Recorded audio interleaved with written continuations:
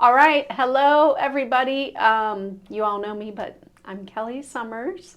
And I'm Sarah Archuleta Davalos. You might not know me by the Davalos yet. I don't know.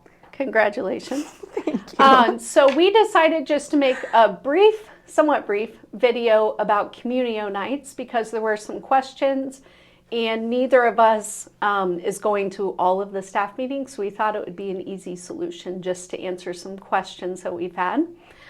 So for the past 3 years, Sarah, Aaron Fanning, and I have all been collaborating and working together because we all have programming on Sunday evenings.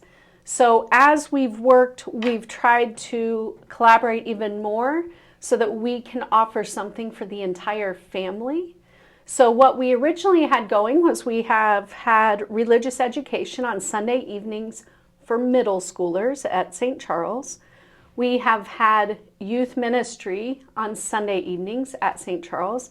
And Sarah runs a program called GIFT on Sunday evenings at St. Charles. And the gift is for the adults. So Yeah. the acronym is Growing in Faith Together Small Groups. Right. Yeah. And so none of that has changed. We have just continued to dream and think about if we want to provide something and help grow our church and help grow the domestic church, what can we do in our sphere of influence when we look at what we're already doing?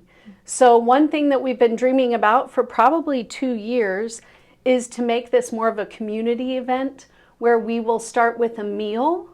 And then after we have that family meal together in the cafeteria, the groups will go their separate ways. And then do you want to talk about what else we did to make it so that the entire family can come? Yeah, so the vision is really creating a space where individuals, regardless of where they are in their particular lives or circumstances, can find this area of deeper community and connection. And so what we have often seen is more of a siloing. So the adults maybe have a Thursday group and the kids do something on Tuesday afternoon. So it's really taking this vision, this comprehensive model that we really see exemplified in the Protestant churches of a whole family catechesis, borrowed a bit from our Bible camp model, where there's a place for everyone to do something all at one time. And so it's just an expansion of that vision. I forget your original question. Things that we've added was we added that the nursery will be open. Yes. So we will have a nursery available for children under the age of 5, where they'll be able to do crafts, have some community time, sing songs, be in a safe space where they're learning in the way that they do at their age. Then we'll have some programming available for the older children as well at the PAC. Right. Mm-hmm. So one thing we added was that because we want the families to be able to bring the entire family, the 1st through 5th graders are welcome to come. They will have youth ministry. It's sort of like a vacation Bible school evening, something for the whole family. So we'll have something for 1st through 5th graders, middle school age, and then high school age. We have a hospitality team and we have volunteers set up to work with each age group. We're just going to wait and see how it plays out as far as how much interest we get. Another reason we're doing this is it's been very clear to both of us that adults and youth today are thirsty for community. The world is not satisfying on the deeper level and does not satisfy that innate desire deep in our hearts that was put there by Christ. We were created to be in relationship with God, but also with each other. And like Sarah said, for our Protestant brothers and sisters, it's a very natural thing to meet on a Wednesday night or Sunday night, and the entire family comes. And it's a way where you can do life with other families. So one thing that we've noticed, both being moms, is that people today tend to find community with kids, other families, and children that are the same age as your kids, often in the same activities or sports. But then let's say your child stops playing that sport or they graduate high school. Then you might not necessarily be seeing those people as much. And we would like to offer community but connected to the church. So when we started thinking about this model, we thought, who and what is the low-hanging fruit? And we have over 600 kids in this school. And I'm sure at all of our schools, people would agree that when you look around during the school mass and look at all the children that are there, you don't really see as many as you would expect at Mass on a Sunday. So we think the low-hanging fruit are the kids right here in front of us, or the kids at our schools, also kids in the CCD program. So our program is a way to help grow community, and that's our goal. Our goal is not to replace religious education. We are simply another opportunity for people to get plugged in.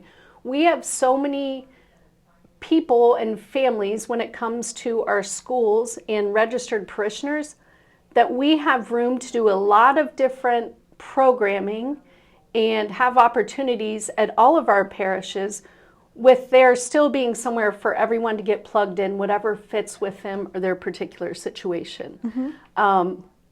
We also shifted the time, so we will end at 7 o'clock so that people can get their kids home early. Besides that, another thing we're thinking of just as far as the evangelization model is one thing that's going to be key is accompaniment and prayer. So for the people that are leading our small groups or our volunteers who are on the core team, our goal is that they are spiritually fed so that they in turn can help feed others. We also will intentionally put people in small groups with people that are in a similar lifestyle situation or place in their life.